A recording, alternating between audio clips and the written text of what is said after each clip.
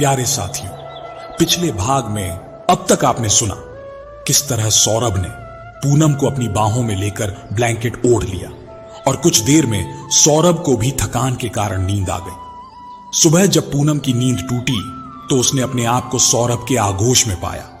वह सौरभ की बाहों में छुपी हुई थी। सौरभ ने उसको ऐसे छुपाया हुआ था जैसे कोई कीमती चीज हो।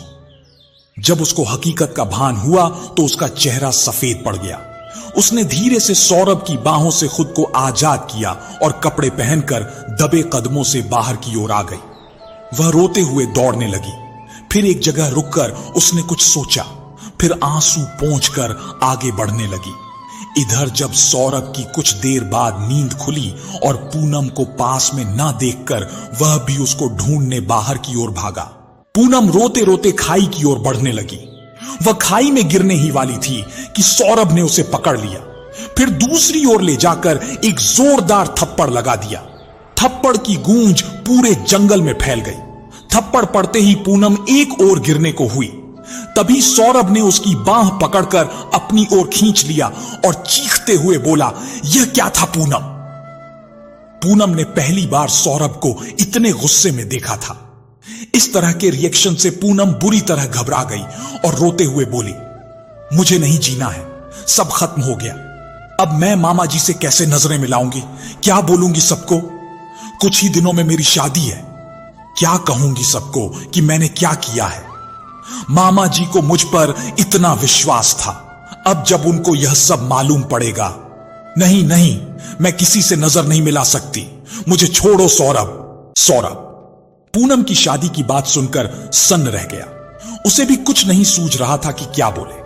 कुछ देर यूं ही उसको पकड़े रहा। इतनी देर में उसकी आंखों के सामने पूनम के वे सारे पल तैर गए जो उसने पूनम के साथ बिताए थे। जब उसको हकीकत का भान हुआ तो अपने गुस्से को कंट्रोल करके नरम स्वर में बोला, कल ऐसा कुछ नहीं हुआ पूनम जिसके कारण तुमको किसी के सामने शर्मिंदा होना पड़े। Trust me Poonam. और जो भी हुआ वह सिर्फ एक मजबूरी थी। तुम्हारी कंडीशन और सिचुएशन ऐसी थी कि सौरभ कुछ और कहता। इससे पहले ही पूनम बीच में बात काटते हुए रोते हुए बोली, कोई भी सिचुएशन रही हो, कोई नहीं समझेगा, सब मुझे ही गलत बोलेंगे। सौरभ ने उन कमजोर पल में भी अपने आप को रोक लिया था। उन दोनों के बीच कुछ नहीं हुआ था। सौरभ ने कोई जवाब नहीं दिया क्योंकि बर्फ गिरना फिर शुरू हो गई थी। वह पूनम को खींचकर वापस कॉटेज में ले आया था। कॉटेज में आकर सौरभ ने पूनम की बांह छोड़ी और बोला, पूनम तुम चिंता मत करो, तुम पर कोई उंगली नहीं उठा सकेगा। मुझ पर विश्वास रखो। मेरे रहते हुए परेशान होने की जरूरत नहीं है। मैं बाहर जा रहा हूं, थोड़ी देर में आता हूं।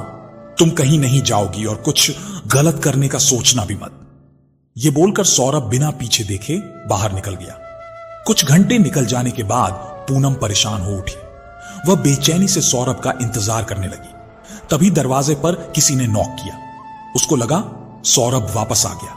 उसने दौड़कर दरवाजा खोला। सामने किसी और को खड़ा देख उसके होश उड़ गए। तुम कौन हो? सामने खड़े आदमी ने पूछा। और इस कॉटेज में क्या कर रही हो? उसने कड़क आवाज में घूरते हुए पूछा। पूनम अपने आप को अकेला महसूस करके बेहद घबरा गई। उसके मुंह से आवाज भी नहीं निकल रही थी। वह डरते हुए पीछे की ओर जाने लगी। यह देखकर सामने वाला आदमी भी उसकी ओर बढ़ने लगा। तभी पीछे से सौरभ ने पूनम को आवाज दी। पूनम दौड़कर सौरभ के करीब आकर खड़ी हो गई। सौरभ ने पूनम के कंधे पर हाथ रखकर सामने वाले आदमी से बोला, यह मेरे साथ है सर। हम दोनों रास्ता भूल गए थे इस मौसम में। मैं बाहर गया था रास्ता ढूंढने। इसकी तबीयत खराब थी, इसीलिए इसको यहीं छोड़कर गया था। आप थोड़ी हमारी मदद कर सकते हैं? और हां, आपका कॉटेज बिना पूछे इस्तेमाल करने के लिए हमें माफ कर दें। अरे कोई बात नहीं, चलो मेरा कॉटेज आपके काम आया, मुझे इसकी खुशी है। कल रात को मौसम सच में बहुत खराब था। चलिए आपको रास्ता बता देता हूं, क्योंकि यहां से रोड ज्यादा दूर नहीं है। बस कल रास्ता भटकने के कारण आपको मिला नहीं होगा। उस आदमी ने उन दोनों को रोड तक छोड़ दिया। सौरभ ने एक टैक्सी रोककर उसमें पूनम को बैठा दिया और क्या बोलना है सब समझा दिया। होटल पहुंचकर सबने पूनम के कल के बारे में पूछा तो उसने बोला कि कल तेज बर्फबारी में सबसे बिछड़कर एक फैमिली के साथ रुक गई थी और चुपचाप अपने रूम में चली गई। निशा को कुछ ठीक नहीं लगा। वह जाकर पूछने लगी तो पूनम ने उसको सब सच सच बता दिया और रोते हुए बोली, सौरभ ने मेरी कंडीशन का फायदा उठा लिया। निशा उसको दिलासा देती हुई बोली, अगर उसको फायदा ही उठाना होता ना पूनम, तो और भी बहुत रास्ते थे अपनी जान खतरे में डालने के अलावा। जरा सोच, वो तेरे पीछे गया ताकि तुझे कुछ ना हो। क्या सिर्फ फायदा उठाने के लिए कोई इतना बड़ा रिस्क लेगा? मुझे सौरभ पर पूरा भरोसा है। वह जो बोल रहा है वही सच होगा और उस बात को या तो वह जानता है या तू। और एक बात बता, क्या तुझे सच में ऐसा लगता है कि सौरभ ने तेरे साथ कुछ किया होगा? सोच कर देख। पूनम ने उसकी ओर देखा। भूल जा कल के बारे में, कुछ भी नहीं हुआ कल और इसके बारे में किसी से कभी कोई जिक्र भी नहीं करेगी। यहां सौरभ ने भी कुछ कहानी बनाकर बता दिया। दूसरे दिन सभी दिल्ली वापस दिल्ली के लिए निकल गए। सौरभ ने यहां आकर अपने आप को स्टूडियो में बिजी कर लिया। वह सब भूलना चाहता था, वह पल जो पूनम के साथ बिताए थे। वहीं कमल भी अपने गांव चला गया। एक दिन पूनम को घर से फोन आता है कि घर जल्दी आओ, मामा जी की तबीयत ठीक नहीं है। वह यह सुनकर फौरन घर के लिए निकल जाती है। घर पहुंचकर पूनम को मालूम चलता है कि मामा जी को अटैक आया है और वह हॉस्पिटल में भर्ती हैं। वह बिना समय गंवाए हॉस्पिटल पहुंच जाती है। मामा जी आईसीयू में एडमिट मिलते हैं। मामा जी को क्या हुआ? रोते हुए पूनम ने पूछा। क्या होगा, सब तेरा ही साया है। जब तक तू हम लोगों का पीछा नहीं छोड़ेगी तब तक कुछ अच्छा नहीं हो सकता। मामी ने फिर अपने जहर बुझे तीर चलाए। जाकर देख, तेरे कारण ही इनका यह हाल हुआ है। क्या? मैं कुछ समझी नहीं मामी, आप क्या बोल रही हो? लड़के वालों ने यह रिश्ता तोड़ दिया है। तेरे ही कुछ लक्षण दिखे होंगे उन्हें और तेरे मामा दिल पर लगा बैठे। रुवासी होते हुए बोली, इनको तो हम लोगों से ज्यादा तेरी ही पड़ी रहती है। हम लोग तो जैसे हैं ही नहीं इनकी जिंदगी में। कुछ तेज स्वर ऊंचा करते हुए बोली, प्लीज शांत रहिए आप, एक नर्स ने टोका। हां, जा रही हूं, मामी बड़बड़ाई। मामी के जाते ही पूनम ने मानव से पूछा। मानव ने बताया कि कल रात को लड़के वालों का फोन आया था। विशाल ने अपनी पसंद की किसी दूसरी लड़की से शादी कर ली है और इसीलिए उन्होंने इस शादी के लिए मना कर दिया। फिर मां ने कोई लड़का देख रखा था तुम्हारे लिए पहले से ही। तो मां और पापा की उस बात को लेकर कुछ लड़ाई भी हुई थी और पापा के अचानक सीने में दर्द होने लगा तो हम लोग उनको यहां ले आए। पूनम को यह सब सुनकर झटका सा लगा। वह मामा जी के पास आईसीयू में गई और उनके हाथ को अपने हाथ में लेकर बैठ गई। रोते हुए बोली,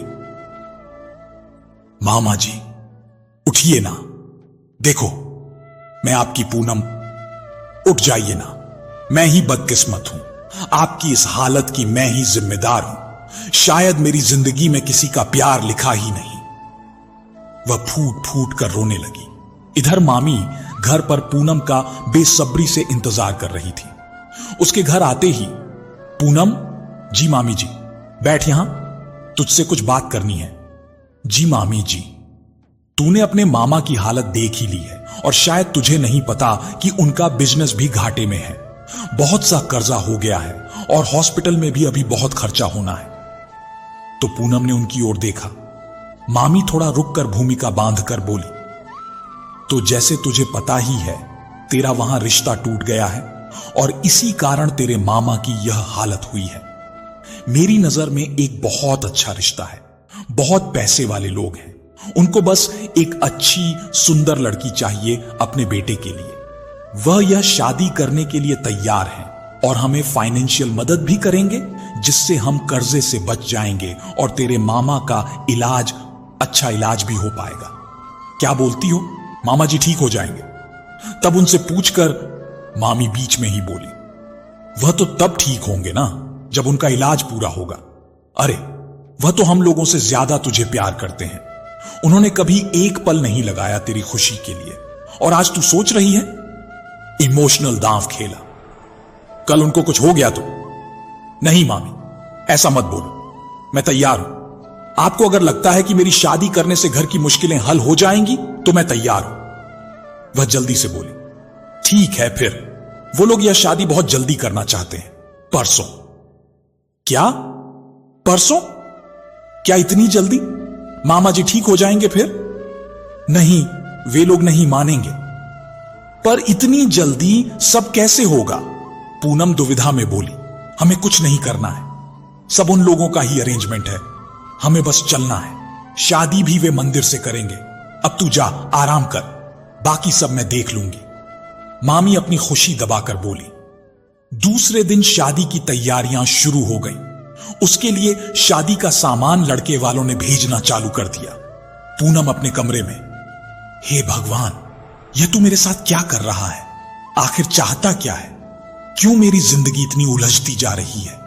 तू चाहे मुझे कुछ खुशी दे या ना दे, मेरे मामा को मुझसे दूर मत करना बस, और मुझे कुछ नहीं चाहिए। यह बोलकर वह रोने लगती है। उसी रात को वह मामी के पास जाती है। मामी जी। हां बोल। मामी जी, मैं आज रात अपने मामा के पास हॉस्पिटल में रुक जाऊं क्या? क्यों? वहां मानव रुका है, तुझे रुकने की कोई जरूरत नहीं है। वैसे भी कल तेरी शादी है, तू आराम कर। बस मामी, आज की रात मैं मामा जी के पास रहना चाहती हूं, फिर ना जाने कब मैं उनको देख पाऊंगी। वह हाथ जोड़कर विनती करती हुई बोली। ठीक है। मामी कुछ सोचते हुए बोली। मैं किसी को बोल देती हूं, वो तुमको हॉस्पिटल छोड़ आएगा, पर सुबह जल्दी वापस आ जाना। थैंक यू मामी। ठीक है, जाओ।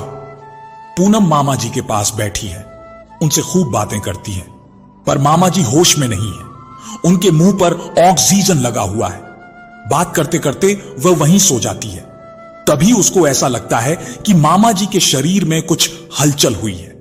वह उठकर देखती है तो मामा जी आंखें खोलने की कोशिश कर रहे हैं।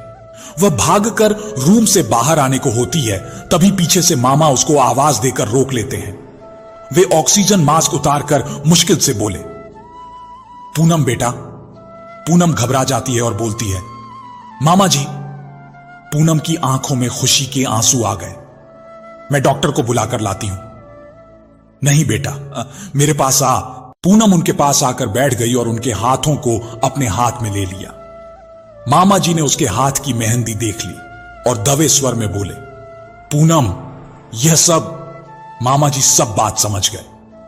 सुन बेटा, मेरी बात ध्यान से सुनना।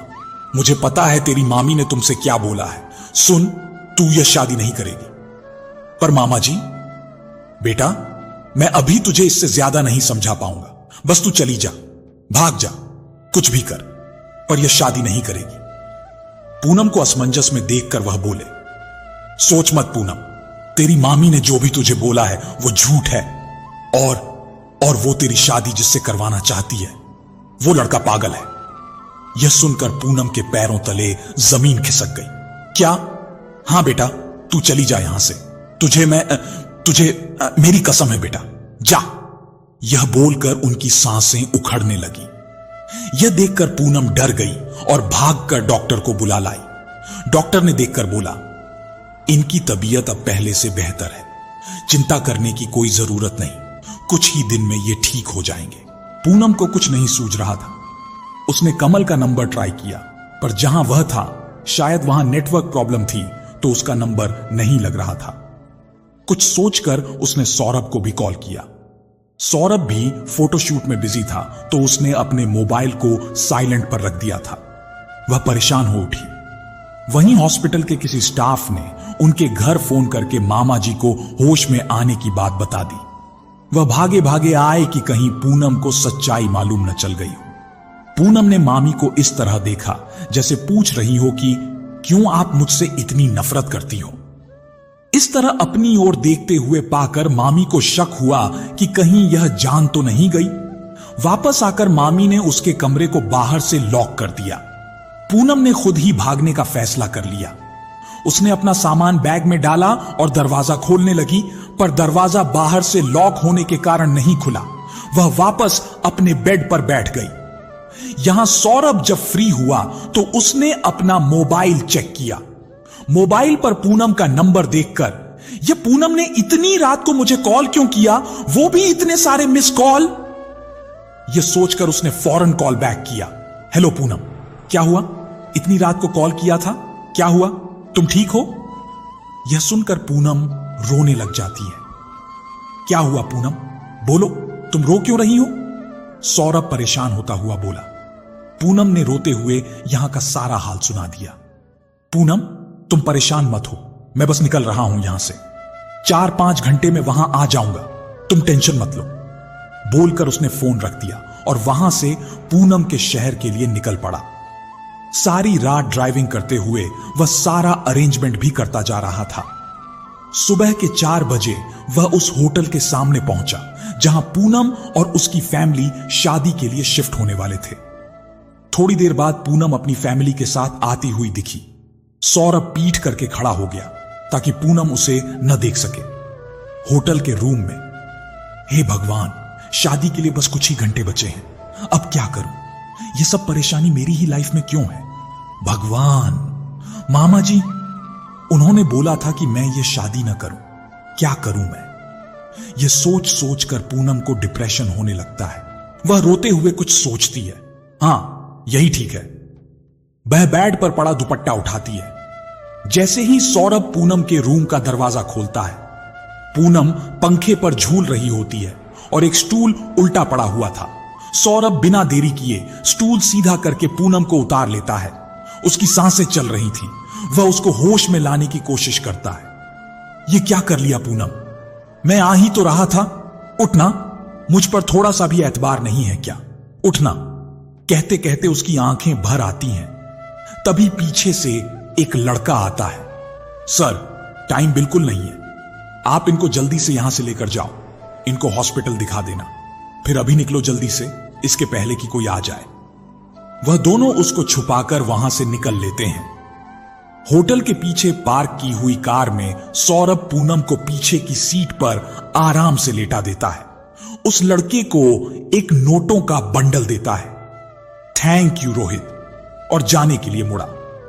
सर, मेरे ख्याल से इनको हॉस्पिटल की जगह किसी क्लिनिक में ले जाना, कहीं ऐसा ना हो कि हॉस्पिटल में कुछ बखेड़ा हो जाए। मैं आपको एक पहचान वाले का क्लिनिक बता देता हूं। वह जल्दी से सौरभ को क्लिनिक का एड्रेस बता देता है।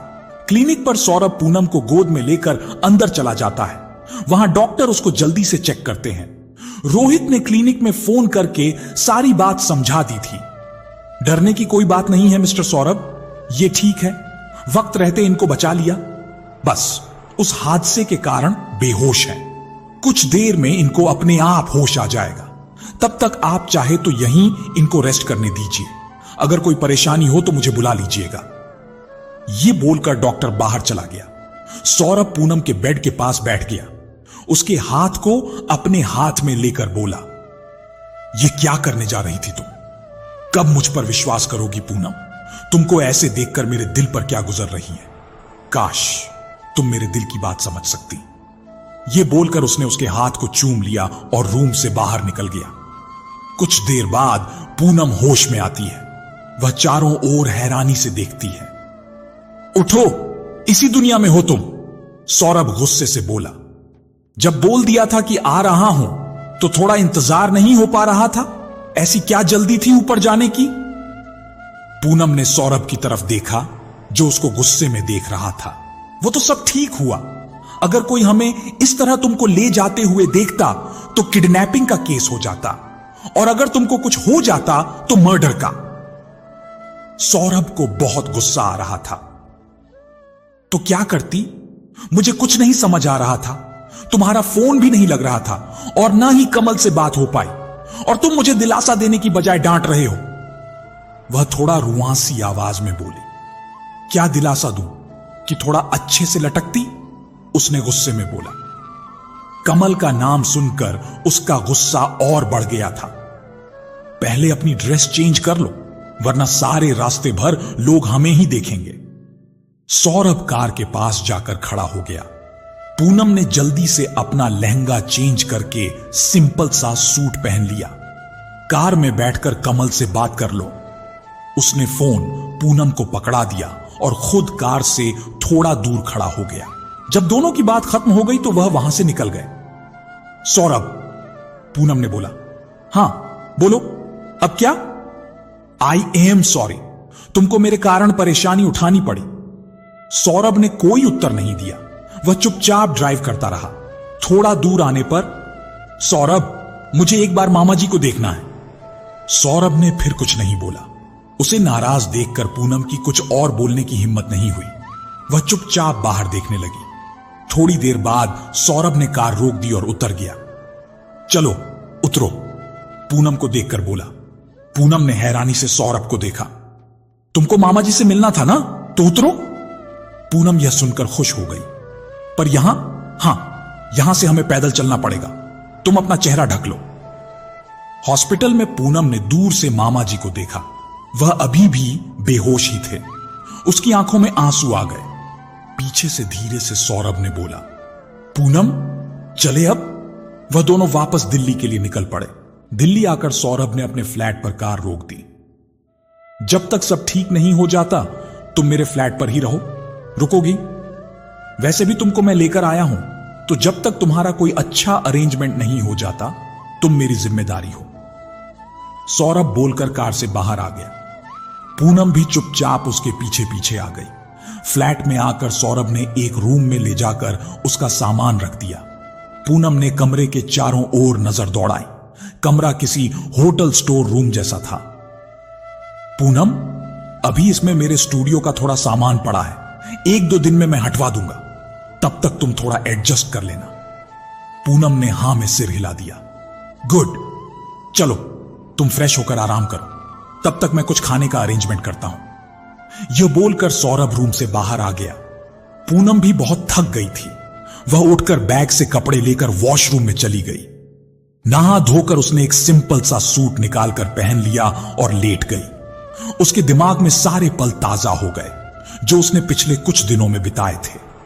दूसरे दिन सुबह सौरभ ने नाश्ता बना लिया था और टेबल पर बैठा पूनम का इंतजार कर रहा था। पूनम अपने कमरे से निकली तो उसने देखा, पूनम तुम नाश्ता कर लो, मुझे ज्यादा कुछ तो बनाना नहीं आता पर कॉफी अच्छी बनाता हूं। वो हंसते हुए बोला, मुझे बुला लिया होता ना सौरभ, जब तक मैं यहां हूं इतना तो कर ही सकती हूं। पूनम ने मुस्कुराते हुए कहा, अरे नहीं पूनम, परेशान मत हो, आंटी आती है वहीं सारा काम कर जाती है। वैसे दिन में आंटी को बुलाया है, वह घर की साफ सफाई और खाना बना देंगी, तुम आराम करो। जब तक सौरभ तुमने मेरे लिए जो भी किया उसके लिए थैंक यू। थैंक यू तो बहुत छोटा शब्द है, पर फिर भी थैंक यू सो मच, तुम मेरे सबसे अच्छे दोस्त हो।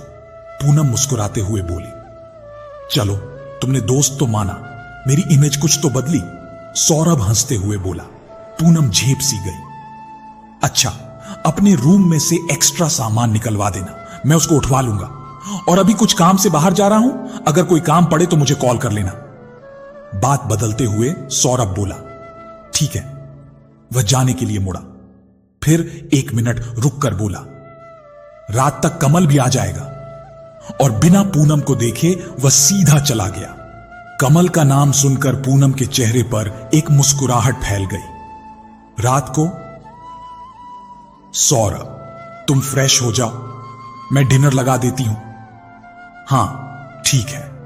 और वह अपने कमरे की तरफ बढ़ गया। सौरभ तैयार होकर बाहर आ ही रहा था कि दरवाजे की घंटी बजी। उसने पूनम की ओर देखा। पूनम डिनर टेबल पर खाना लगा रही थी कि उसके भी हाथ कुछ पल के लिए रुक गए। सौरभ ने आकर दरवाजा खोल दिया। बाहर कमल खड़ा था। कमल को देखकर पूनम दौड़कर उसके पास आ गई और उसके गले लग गई। यह देखकर सौरभ की मुट्ठियां गुस्से में कस गईं। कमल ने एक ठंडे एक्सप्रेशन के साथ पूनम को अपने से दूर किया और एक नजर सौरभ की तरफ देखा। सौरभ अपनी नजर नीचे की खड़ा था। पूनम को कमल का ऐसा एक्सप्रेशन समझ नहीं आया। वह हैरानी से उसकी ओर देखने लगी। कमल ने अंदर आते हुए पूछा, कैसी हो पूनम? मैं ठीक हूं कमल, तुम कैसे हो? उसने भी बहुत फॉर्मल बनकर पूछा। चलो आओ ना अंदर, पूनम ने बात बढ़ाते हुए बोला। कमल अंदर आ गया पर बैठा नहीं। क्या हुआ कमल, बैठो ना। नहीं पूनम, मुझे वापस जाना है, तुमसे मिलने आया था बस। पूनम ने हैरानी से उसकी ओर देखा। उसकी आंखों में सवाल थे। पूनम, कल मेरी सगाई है, कमल ने मुश्किल से उत्तर दिया। पूनम की आंखों में एक पल को आंसू आ गए, पर उसने जल्दी से भावनाओं पर कंट्रोल कर लिया ताकि यह एहसास न हो। सौरभ की नजरें पूनम पर ही टिकी थीं। उसके आंखों में आए आंसू को उसने देख लिया था। कमल ने अपनी बात जारी रखी। पूनम, मैं यहां तुम्हारी गलतफहमी दूर करने आया हूं। मुझे लगा कि शायद मुझको लेकर तुमको कुछ गलतफहमी हो गई है। तुमको मैंने सिर्फ एक दोस्त ही माना है और मेरे मन में इसके अलावा तुम्हारे लिए और कुछ नहीं है। और वैसे भी मैं एक ऐसी लड़की से शादी नहीं कर सकता जो पूरी रात गायब रही हो। पूनम हैरानी से उसकी ओर देखने लगी। मैं ये चाहे भूल भी जाऊं, पर अगर मेरे घर वालों को कभी पता चल गया तो मैं उनसे नजरें नहीं मिला पाऊंगा। इतना सुनते ही सौरभ उसकी तरफ गुस्से से आया और उसकी कॉलर पकड़कर देखा, फिर उसको धक्का देकर छोड़ दिया। चला जा कमल, इससे पहले मेरा गुस्सा बढ़े और मैं भूल जाऊं कि तू कभी मेरा सबसे अच्छा दोस्त था। यह सुनते ही कमल तेज कदमों के साथ वापस मुड़ गया। दरवाजे पर खड़ा होकर बोला, मुझे माफ करना पूनम, आज तुम्हारा दिल तोड़ना पड़ा, पर मैं मजबूर था। मेरी जिम्मेदारी मेरे प्यार पर भारी थी। तुम्हारा साथ मैं चाहकर भी नहीं दे पाता। सौरभ, मेरे भाई, मुझे पता है तेरे दिल में पूनम के लिए प्यार है। तू खुश रखेगा उसे, मुझे पता है। आंखों में आंसू भरे, बिना पीछे देखे वह वहां से निकल गया। यहां पूनम भूत बनकर खड़ी रही। उसको कुछ भी समझ नहीं आ रहा था। फिर अचानक पीछे मुड़कर बिना सौरभ को देखे अपने कमरे में चली गई। सौरभ ने पूनम को एक नजर देखा, फिर दोनों हाथों को अपने सिर पर रखकर सोफे पर बैठ गया। पूनम अपने कमरे से निकलकर आई। उसके हाथों में अपना सामान था। जैसे ही उसने डोर खोला, सौरभ ने सिर उठाकर देखा। वह पीछे से बोला, पूनम, कहां जा रही हो? पूनम ने कोई उत्तर नहीं दिया। वह आगे जाने लगी। सौरभ पीछे से आगे आकर उसका हाथ पकड़ता है। मैं तुमसे कुछ पूछ रहा हूं। मेरा यहां रहना ठीक नहीं है सौरभ, मुझे जाने दो। पूनम ने रुंधे गले से बोला, पूनम, यह दिल्ली है और इतनी रात को कहां जाओगी? चुपचाप अपने कमरे में जाओ। सौरभ ने थोड़े गुस्से में बोला, नहीं, मुझे जाना है बस। पूनम बोलते हुए रो दी। पूनम को ऐसे रोता देख सौरभ को अपने दिल में दर्द सा महसूस हुआ। उसने अपना स्वर नरम करते हुए बोला, देखो पूनम, तुमको मैं यहां लेकर आया हूं। तुम मेरी जिम्मेदारी हो। तुम्हें ऐसे कैसे कहीं जाने दूं? समझो पूनम, इतनी रात को कहां जाओगी? यह शहर सेफ भी नहीं है। अच्छा, एक काम करते हैं, तुम्हारे लिए किसी होटल में रूम देख लेंगे, फिर तुम वहां शिफ्ट हो जाना। पर अभी प्लीज तुम अपने कमरे में जाओ, सौरभ मनाते हुए बोला। पूनम रोते हुए अपने कमरे में चली गई। सौरभ भी वहीं सोफे पर परेशान सा बैठ गया। इस लड़की को थोड़ा नॉर्मल करना पड़ेगा, इसका कोई भरोसा नहीं, कब क्या कर ले। मन ही मन सोचकर वह उठा, फिर एक प्लेट खाना निकालकर उसके रूम की ओर बढ़ा। पूनम अपने कमरे में रो ही रही थी कि सौरभ की आवाज सुनकर उसने अपने आंसू पोंछ लिए और दूसरी तरफ देखने लगी। सौरभ अंदर आया और पूनम के पास आकर बैठ गया। पूनम, तुम्हारे लिए खाना लाया हूं। आज का खाना तो अच्छा बना है, चलो टेस्ट करके बताओ कैसा बना है। सौरभ उसको बहलाते हुए उसकी ओर निवाला आगे करके बोला, मुझे नहीं खाना सौरभ, भूख नहीं है। अच्छा, पर तुमने कुछ नहीं खाया है, फिर क्यों भूख नहीं है? मेरा मन नहीं है। पूनम ने सौरभ के हाथ को अपने हाथ से एक तरफ करते हुए बोला। सौरभ ने निवाला वापस अपनी प्लेट में रखा, फिर बोला, पूनम, आई एम सॉरी, मेरे कारण कमल। इतना सुनते ही पूनम ने जो अपने सीने में दर्द छुपा रखा था वो एक टीस के साथ बह निकला और वह सौरभ के सीने से लगकर रो पड़ी। उसने सौरभ के कॉलर को अपने हाथों से पकड़ा हुआ था और उसने सीने में मुंह छुपाया हुआ था। यह सब इतना अचानक हुआ कि सौरभ को समझ ही नहीं आया। कुछ पल संभलने के बाद उसने भी अपने एक हाथ से पूनम को अपनी बाहों के घेरे में लिया, फिर दूसरे हाथ की प्लेट को टेबल पर रखकर पूनम के बालों को सहलाने लगा। कुछ देर उसने पूनम को रो लेने दिया। पूनम भी सौरभ के गले लगी, सिसकने लगी। कुछ देर बाद वह सौरभ से बोली, सौरभ, मैं कमल को पसंद करती थी, पर क्या मैं इतनी बुरी हूं सौरभ कि मैं किसी की पसंद नहीं बन सकती? मुझे क्यों? कोई क्यों पसंद नहीं करता? मेरी मामी भी मुझसे नफरत करती है। मैंने आज तक किसी का बुरा नहीं किया, फिर क्यों? पूनम इमोशनल होती हुई बोली। सौरभ मन ही मन बोला, पूनम, तुम मेरी तरफ क्यों नहीं देखती? तुमको मेरी आंखों में अपने लिए बेशुमार प्यार क्यों नहीं दिखता? सौरभ, उसने मेरे कैरेक्टर पर सवाल उठाए। क्या मैं ऐसी हूं? यह बोलकर पूनम फूट फूट कर रोने लगी। सौरभ ने दोनों हाथों से पूनम की बाहें पकड़कर उसको अपने से थोड़ा दूर किया, फिर अपनी उंगलियों से उसके आंसू पोंछते हुए बोला, पूनम, क्या किसी के कहने से हमारा कैरेक्टर डिसाइड होगा? हम क्या हैं यह हमारे सिवाय किसी को कैसे मालूम? बोलो पूनम, तुम खुद अपने बारे में क्या सोचती हो? सौरभ पूनम को समझाते हुए बोला, पूनम, मुझे माफ कर दो। उस रात मेरे पास और कोई ऑप्शन नहीं था। तुमको छूना मेरी मजबूरी थी। मेरे कारण नहीं सौरभ, बात विश्वास की है। कमल को मुझ पर विश्वास नहीं था, वह प्यार कैसे निभाता? चलो अब खाना खाओ, बाकी सब छोड़ दो। यह बोलकर सौरभ ने निवाला आगे किया। पूनम ने थोड़ा मुस्कुराते हुए अपना मुंह खोल दिया, फिर एक और निवाला सौरभ की ओर बढ़ा दिया। सौरभ ने भी मुस्कुराते हुए खा लिया।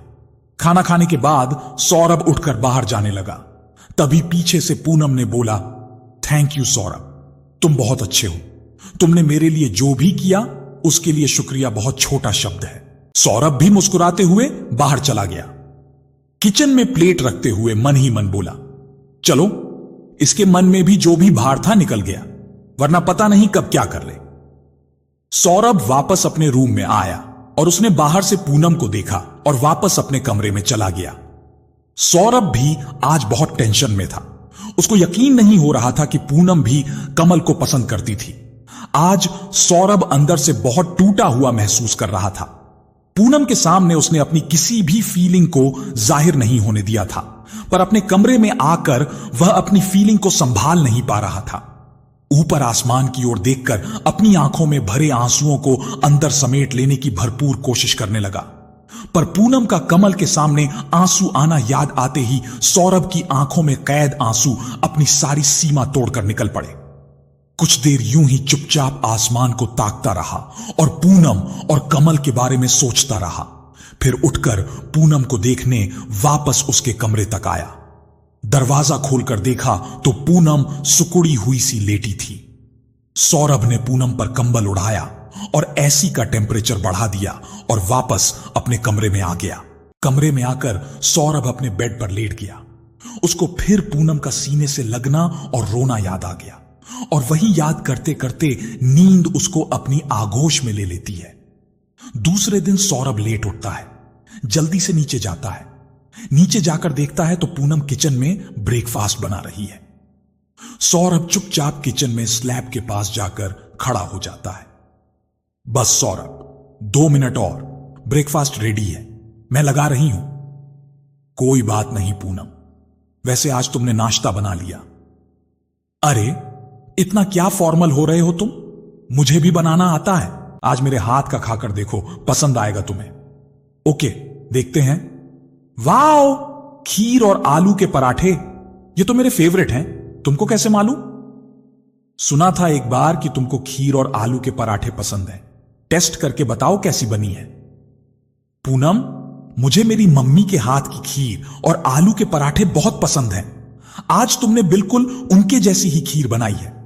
थैंक यू, शर्माते हुए पूनम ने उत्तर दिया। अच्छा पूनम, मुझे काम है, तुम रेस्ट करो, डिनर पर मिलते हैं। यह बोलकर सौरभ अपने स्टूडियो पर निकल गया। इस तरह दिन बीतने लगे। सौरभ अपने स्टूडियो फोटोशूट में बिजी रहता। यहां पूनम ने भी हॉस्टल में अपने लिए रूम देखना शुरू कर दिया था और साथ ही नौकरी ढूंढना भी, पर मनचाही नौकरी नहीं मिल पा रही थी। आखिर में उसने अपनी पुरानी जॉब सैफ की ही ज्वाइन करने का सोचा, क्योंकि उसको खुशी कुकिंग करने में ज्यादा मिलती थी। 1 महीने बाद, हेलो सौरभ, बिजी हो क्या? दिन में पूनम ने कॉल किया। नहीं, बोलो, कुछ काम था क्या? हां सौरभ, मुझे जॉब मिल गई है और एक अच्छा होटल भी। मैं कल शिफ्ट होना चाहती हूं। पूनम ने एक सांस में अपनी बात बोल दी। कांग्रेचुलेशंस पूनम। सौरभ को जाने वाली बात अच्छी नहीं लगी, पर पूनम की खुशी देखकर कुछ नहीं बोला। चलो फिर सेलिब्रेशन तो बनता है, रात को डिनर पर चलते हैं। हां सौरभ, पर डिनर मेरी तरफ से होगा। ठीक है, जैसा तुम चाहो। तुम रेडी रहना, मैं टाइम से आ जाऊंगा, फिर बाहर चलेंगे। नहीं सौरभ, हम डिनर घर पर ही करेंगे और मैं कुछ स्पेशल बनाऊंगी। अरे क्यों परेशान हो रही हो? तुम वो सब छोड़ो, आज का डिनर बहुत खास होगा, रेस्टोरेंट से भी अच्छा। ओके, देखते हैं, पर ज्यादा परेशान मत होना। ठीक है, पर टाइम से घर आ जाना। रात को पूनम ने बहुत मन से डिनर रेडी किया, बहुत खूबसूरती से टेबल सजाया, फिर रेडी होने अपने रूम में चली गई। एक पिंक कलर का सूट निकाला और वॉशरूम में चली गई। तैयार होकर जैसे ही मुड़ी, पीछे से ड्रेसिंग का किनारा लगने से सूट पीछे से थोड़ा फट गया। उसने वापस से ड्रेस चेंज करके रेड कलर की साड़ी निकालकर पहन ली। बालों को खुला छोड़ दिया। कानों में लंबे इयररिंग्स पहनकर हल्का सा मेकअप करके वह चूड़ियां पहन ही रही थीं कि डोर नॉक हुआ। उसने जल्दी जल्दी चूड़ियां पहनकर बाहर की ओर भागी। दरवाजा खोलकर बोली, अरे सौरभ, तुम जल्दी आ। उसके शब्द सामने वाले शख्स को देखकर बीच में ही अटक गए। मामा जी, आप। उसको अपनी आंखों पर विश्वास ही नहीं हो रहा था। वो जाकर अपने मामा के गले लग गई। आइए ना अंदर। वो उनका हाथ पकड़कर अंदर लाते हुए बोली। मामा जी ने अंदर आकर अपनी बांह पूनम से छुड़ा ली। ऐसा करता देख पूनम ने पूछा, क्या हुआ मामा जी, आप मुझसे नाराज हो क्या? तुझसे क्यों नाराज होऊंगा मैं? आखिर मेरी बेटी तो नहीं हो। मामा जी, आप क्या कह रहे हैं? पूनम रुआंसी होकर बोली। वही कह रहा हूं जो सच है। पर मैंने ऐसा क्या किया? मामा जी, मत बोल मुझे मामा। पूनम ने फिर मामा का हाथ पकड़ लिया। मामा जी, अगर मुझसे कोई गलती हुई है तो आप चाहे तो मुझे मार के डांट लें, पर ऐसी बेरुखी से बात ना करें। पूनम रोते हुए बोली। पूनम को रोता हुआ देखकर मामा जी की भी आंखें नम हो गईं। बेटा, तुझसे यह उम्मीद नहीं थी, क्यों किया तूने ऐसा? पर मैंने क्या किया है? पूनम ने सवालिया आंखों से देखा। तूने आज मेरा सर झुका दिया पूनम। सबने कहा मुझसे, पर मैंने माना नहीं। आज अपनी आंखों से देख लिया। मुझे कुछ समझ नहीं आ रहा। आप क्या बोलना चाहते हैं? यही कि तू इस घर में क्या कर रही है? किसी लड़के के साथ अकेले रह रही है। बोल, चुप क्यों है? जवाब दे। यह सही है ना कि तू यहां किसी लड़के के साथ रह रही है? ना। पूनम ने रोते हुए हां में सिर हिला दिया। पूनम, तूने आज मुझे सबके सामने शर्मिंदा कर दिया, मेरा सिर झुका दिया। मामा जी रोते हुए बोले। मामा जी, मेरी बात तो सुनिए। क्या सुनूं तेरी बात? बोल, किस हक से तू यहां है? क्यों है इस घर में? पूनम रोते जा रही थी। उसको कुछ नहीं सूझ रहा था कि वो इस बात का क्या उत्तर दे। क्या बोले कि वह सौरभ के साथ एक घर में सिर्फ एक दोस्त की हैसियत से है। क्या मामा जी इस बात पर विश्वास कर पाएंगे? क्या वो मेरी सिचुएशन को आज समझ पाएंगे? यही सब सोच ही रही थी कि पत्नी के अधिकार से इस घर में है। सौरभ ने अंदर आकर मामा जी के पैर पड़ते हुए बोला और पूनम के पास आकर खड़ा हो गया। सौरभ बहुत देर से खड़ा दोनों की बातचीत सुन रहा था। जब पूनम को देर तक ऐसे चुपचाप खड़ा देखा तो उसको बोलना पड़ा। क्या तुमने शादी कर ली? पूनम बेटा, यह सब क्या है? तुमने मुझे कभी इस बारे में तो नहीं बताया। आइए मामा जी, बैठकर बात करते हैं। आप मेरे बारे में जो भी पूछना चाहे आप पूछ सकते हैं। बस इतना ही बोलूंगा कि यह सब अचानक ही हुआ। पूनम आपके ढूंढे हुए रिश्ते में ही शादी करने को तैयार थी। फिर जो भी सिचुएशन बनी उसे हमें यह सब करना पड़ा। हमें माफ कर दीजिएगा।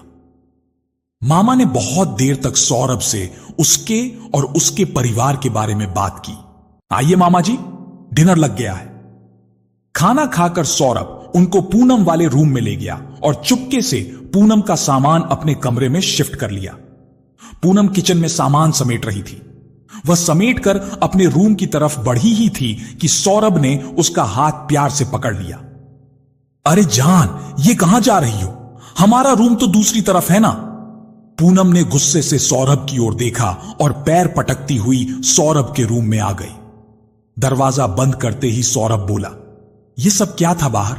तुम्हें टाइम नहीं लगता ना कहानी बनाने में? झूठ क्यों बोला? मैंने आज तक अपने मामा जी से कभी कोई बात नहीं छुपाई और ना ही आज तक झूठ बोला। फर्स्ट टाइम तुम्हारे कारण मुझे झूठ में साथ देना पड़ा। यह अच्छा है, एक तो मदद करो, उस पर कोई एहसान तो नहीं, उल्टा मुझे ही सुना रही हो। एहसान फरामोश कहीं की, मुझे तुम्हारे एहसान नहीं चाहिए। क्यों बोला झूठ? तुम बोलने से पहले सोचते नहीं हो क्या? मैडम जी, अब तो वहां इतनी देर से सोच ही रही थी ना, फिर कुछ बोली क्यों नहीं? और लोगों के सामने तो सांप सूंघ जाता है, यहां सारा जोर आ रहा है, कुछ भी बोलो। सौरभ, मैं अपने मामा से झूठ नहीं बोलूंगी। तो जाओ, अभी जाकर सारा सच बता दो।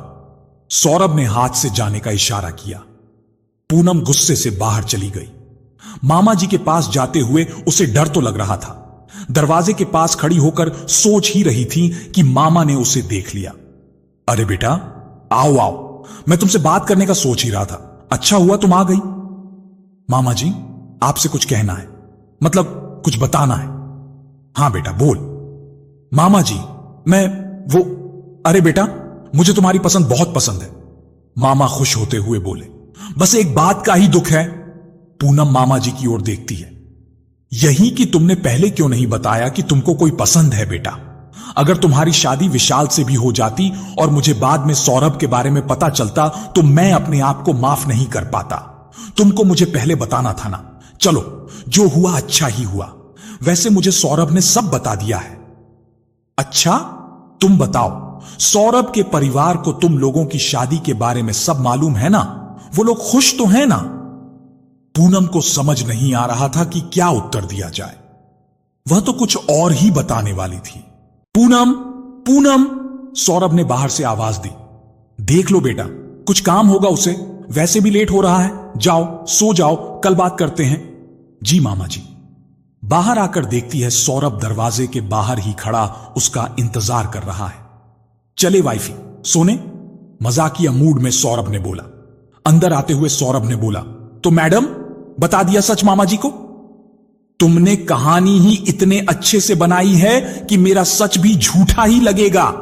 पूनम चिढ़ते हुए बोली। तुमको फोटोग्राफी की जगह स्टोरी राइटिंग में ट्राई करना चाहिए।